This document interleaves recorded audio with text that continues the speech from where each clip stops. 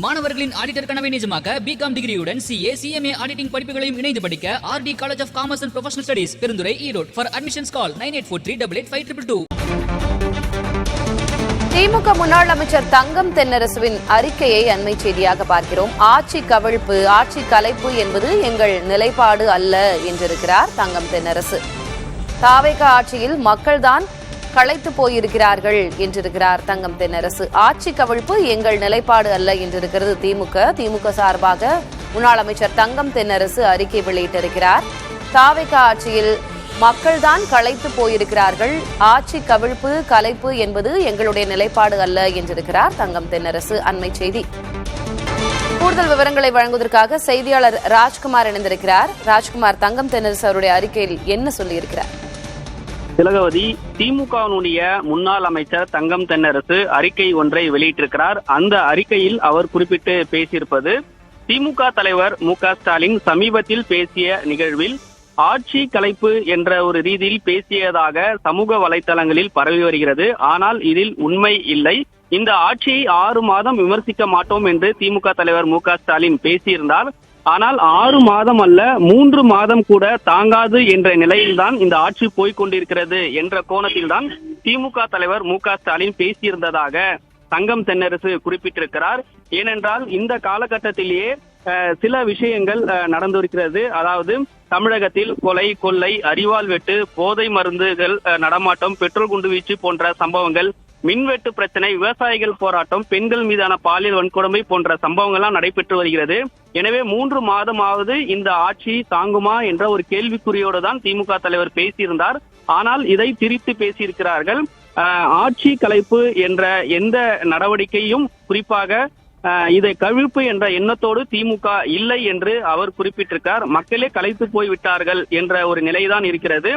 ஆசை 60 நாள் என்பார்கள். ஆனால் ஆளும் கட்சியினுடைய இந்த நடவடிக்கையில் 1 வாரம் கூட மக்கள் தாங்கவில்லை என்ற ஒரு சூழல் இருப்பதாக தான் இந்த நிலை இருக்கிறது. எனவே இதை குறிப்பிட்டுதான் முன்னாள் அமைச்சர் தங்கம் தென்னரசு அறிக்கை வெளியிட்டிருக்கார். எனவே திமுகவுக்கு ஆட்சி கலைப்பு கவிழ்ப்பு என்ற நிலைப்பாடு தங்களது இல்லை என்று விளக்கமாக அறிக்கையில் குறிப்பிட்டிருக்கிறார். திலகவதி, கூட்டணி கட்சிக்குள்ள இருந்த இந்திய கம்யூனிஸ்ட் மு வீரபாண்டியன் அவர்களே சொல்லியிருந்தார், அது போன்ற ஒரு வார்த்தையை திமுக தலைவர் மு.க.ஸ்டாலின் பயன்படுத்தி இருக்கக்கூடாது, ஆட்சி 6 மாதம் தாங்காது, 3 மாதம் தாங்காது என்பதாக அவர் பேசி இருக்கக்கூடாது அப்படின்னு கூட்டணி கட்சிக்குள்ள இருந்தே வரக்கூடிய குரல்களை திமுக எப்படி பார்க்கிறது? அதற்காகத்தான் இந்த அறிக்கையா?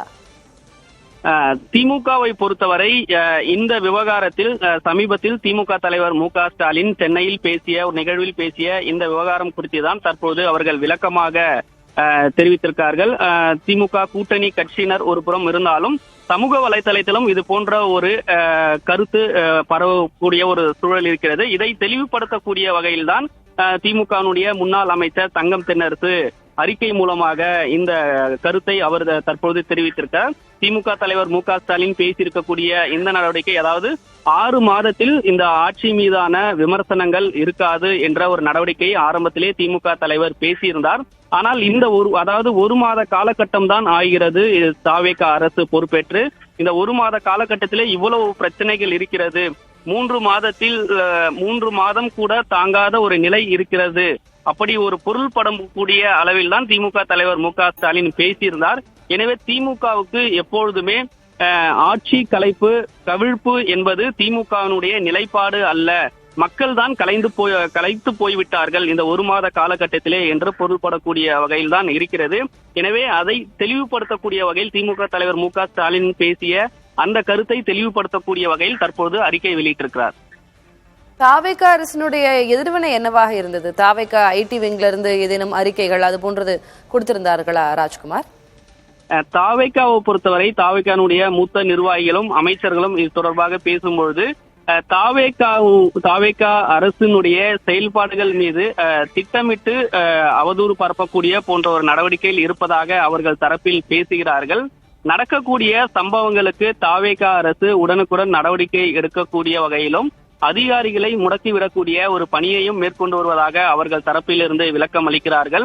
குறிப்பாக சட்டம் ஒழுங்கு உள்ளிட்ட சில பிரச்சனைகளில் உடனுக்குடன் காவல்துறை உயரதிகாரிகள் இதற்கான நடவடிக்கை எடுப்பதாகவும், ஏற்கனவே சட்டம் ஒழுங்கு பிரச்சனை தொடர்பாக முதலமைச்சர் விஜய் அவர்கள் காவல்துறை உயரதிகாரிகளுக்கு ஏற்கனவே அறிவுறுத்தல் அடிப்படையில் விரைந்து சில நடவடிக்கைகளை மேற்கொண்டு வருவதாக தெரிவிக்கிறார்கள். மின்வெட்டு பிரச்சனை போன்ற விஷயங்களில் தொடர்ந்து சில கவனம் செலுத்தி வருகிறோம் உள்ளிட்ட விஷயங்களை தாவேகா தரப்பிலிருந்து அவர்கள் தரப்பினுடைய சில விளக்கங்களையும் தொடர்ந்து பேசி வருகிறார்கள். திலகவதி, விவரங்களுக்கு நன்றி ராஜ்குமார். மாணவர்களின் ஆடிட்டர் கனவை நிஜமாக்க பிகாம் டிகிரியுடன் CA, CMA ஆடிட்டிங் படிப்புகளையும் இணைந்து படிக்க RD college of commerce and professional studies, Perundurai, Erode. For admissions call 9843885522.